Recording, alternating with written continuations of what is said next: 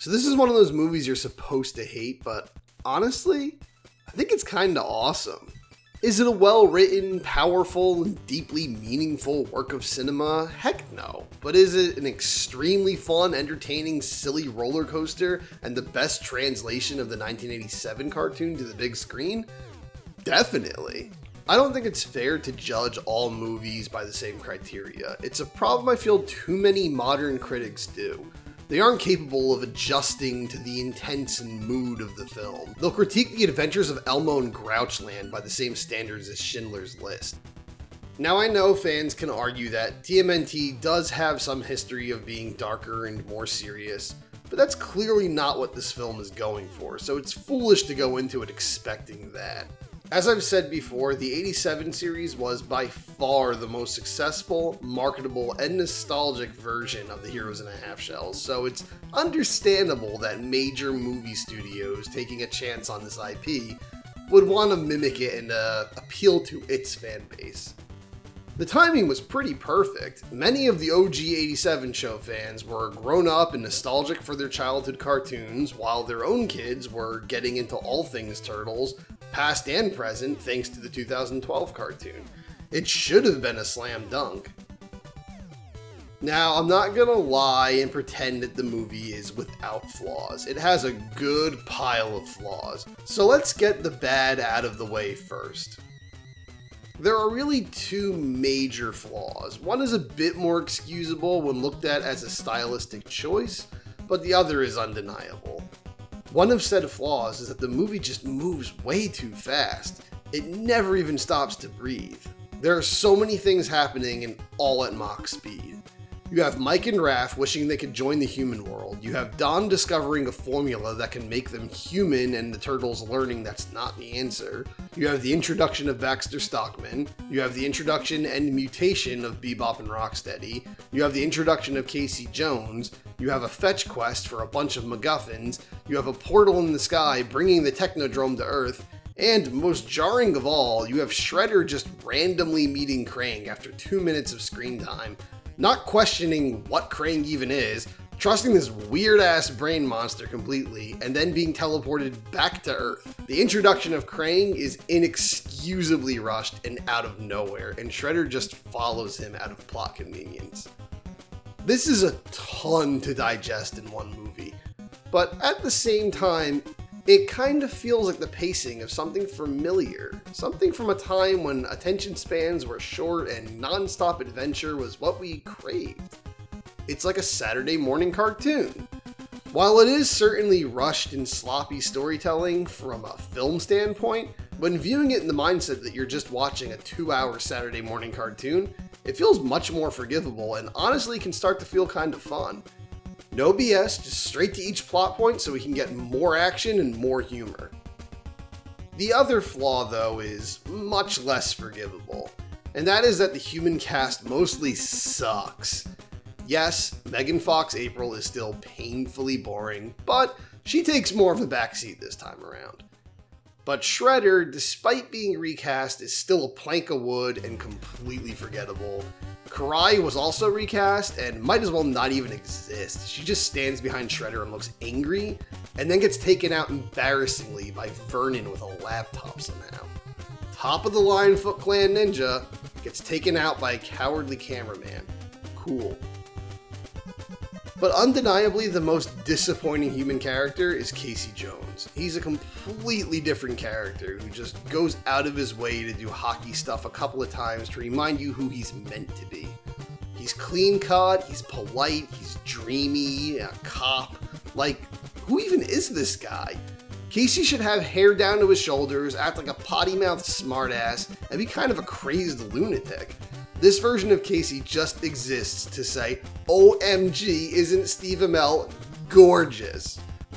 On the flip side though, Will Arnett was pretty good, as he was actually allowed to be funny this time around, even if one of his scenes is directly taken from a classic Three Stooges episode. I'll let it slide. Now there are other flaws with the movie, but most of them stem from these two larger problems, so aren't entirely worth mentioning. The turtle designs are still ugly, but honestly, the turtles are so much more fleshed out and they're so likable in this film that the ugliness doesn't even really bother me that much, and at times you're distracted from how bad they look by how much fun you're having. I can kind of almost see what they're going for with the turtles designs too, because they just have all of this detail all over them. And while I think it's stupid that they're just wearing a basement on them each, like all of their possessions are just hanging off of their shells, that is very true to not necessarily the turtles themselves, but how the vintage action figures looked, where everything was asymmetrical and there was just detail crammed everywhere on the characters. So if you look at it in that way, it's kind of a cool homage to the art style of the action figures, but in general, I do think they could have done without all that stuff. But since we're talking about characters, let's just be honest, there is no more beating around the bush. They must be mentioned. The two greatest things in this movie are, without a doubt, Bebop and Rocksteady. These two guys are absolutely perfect. They're funny as hell, have amazing chemistry together, look great, and actually seem intimidating and dangerous. In the cartoon, as a kid, it always annoyed me how easily the turtles beat them all the time. They were massive bastards and should have been running through buildings and cars on a regular basis. Well, this movie scratches that 30-year-old itch by making them, well, quite literally run through cars. Sure, they're defeated easier than they should be, but they get their full time to show off how dangerous they are. These guys deserve to be able to go full Michael Bayhem, and they sure do. Do we really need Rocksteady firing a tank inside a jet, ripping it apart from the inside, then dropping into the Amazon, continuing to attack the turtles in said tank? No, but it's freaking awesome that he does that. These guys are everything they need to be. Gary Anthony Williams and Seamus are so damn funny and great as these two that even before they're mutated, we already feel like we're watching Bebop and Rocksteady. They're exactly what I would have wanted to see as a kid, and that's the biggest point here. Sure, it may be personal bias speaking, but ever since the 1990 movie when I was, 4? I've wanted to see these guys on the big screen. We all expected them in the sequel, but got brand new mutants instead. Toka and Razar were pretty cool, but they were kind of bland monsters, void of any real personality, and had no special meaning to any of us fans of TMNT at the time.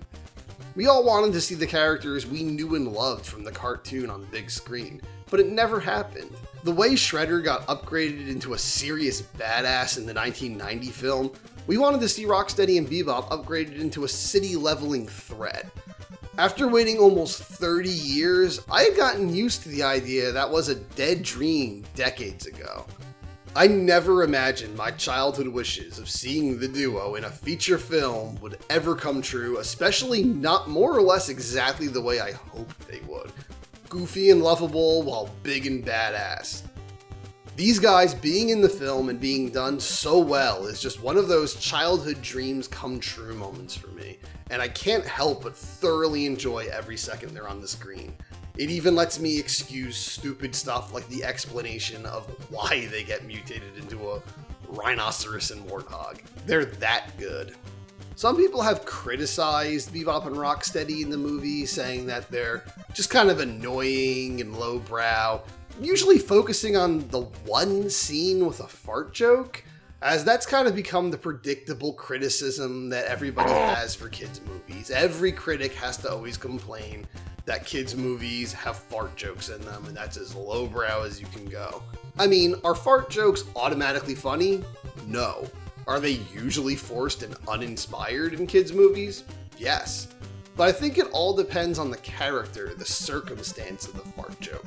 The one with Mike in the 2014 movie felt forced and stupid, but Rocksteady and Bebop laughing at each other's farts is honestly something I would completely expect them to do. They're like a giant monstrous version of Beavis and Butthead. It makes perfect sense. Krang was also designed pretty darn well, and his voice, while different, is a lot of fun and suits him pretty good. His introduction may be rushed, but he isn't done badly. I don't think we needed him revealed just yet, maybe as a final scene reveal, communicating with Shredder or something, but Since he is in the film, I'm glad the way he was handled. The android body definitely looked better in the trailers, and I'm not sure why they made it look less like the canon design and more like a generic robot in the final film, unless it was a licensing thing, but they should have stayed with the original design. That being said though, it's very cool the way they did the android body, the way they paid respect to the cartoon show and have his hands turn into, balls and chains and weapons of the sort like they did in the cartoon. Tyler Perry, also as Baxter Stockman, was a perfect choice. He plays him just as silly and over the top as you'd want him to be. He really is the cartoon Baxter come to life, right down to the lab coat and that stupid bow tie. I'm totally fine with Eric Sachs being erased entirely without a trace and replaced with Baxter. That's the way it should have been from the start. And speaking of the characters, the turtles are actually all really well done in this movie too. I think Leo comes off as kind of a jerk, but you can still kind of understand where he's coming from. It's rough being appointed the leader, especially when you have siblings who really don't want you to be the leader. But I think most of the turtles were done pretty well in this film. A lot of people complained that they didn't actually make the turtles turn human for a brief part of the movie because Donatello discovers the serum where he can manipulate the ooze to turn them human, which would mean they wouldn't have to hide anymore. They could just join society. But ultimately they learned that wouldn't make them who they are anymore, and they'd be lying to themselves and everybody else. But a lot of people said they wanted to see them turn into humans, and this would have been very affordable for them to do because they already all had human motion capture actors, and not having to do the CG for the turtles in many scenes would have saved them a lot of money. But to be honest, I think that's a really stupid idea. I don't really want to see the turtles just as humans. The appeal of the turtles is that they're not human, that they're turtles. There's a million movies where you can see humans as the main characters, and I can see how people would want to see, what kind of humans would the turtles look like, but there's already so many problems with this movie being so bloated and so rushed, and there's just too much happening. And that's what all these same people who complain that they didn't do this story are already complaining about. They're complaining about this movie being overstuffed and being too rushed. But then they're saying they want this whole other subplot pushed in. So it's like, the criticism just doesn't make sense to me. You already think there's too much in this movie, but then you're complaining that there's not more. And it's something that would have been completely unnecessary. I think it's actually more powerful that Raph could become human, but he decides he doesn't even care what that would be like. He doesn't even care to see, out of sheer curiosity, what that would be like. He just shatters the vial because he is proud of who he is as a turtle, and he's gonna stay that way. I think that's way better than wasting our time with a bunch of gags of them being human. That's just my opinion, though.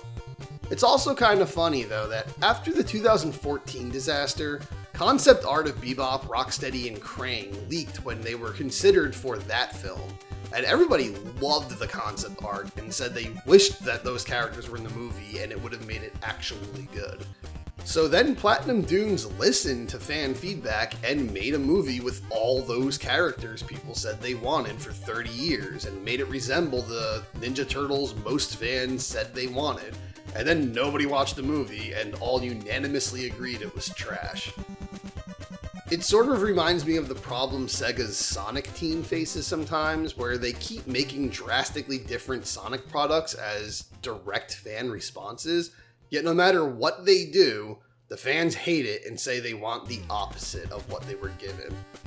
Random film critics who probably never even followed the franchise were suddenly criticizing this movie for being not as dark as the original comics, despite the fact that most people, likely including these critics, had never even known about the original comics until like maybe 2 years prior to this film.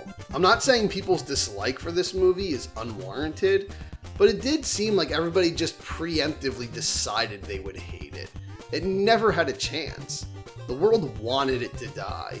Again, I know it isn't a work of art, but I was genuinely sad when I found out that the third film was canceled.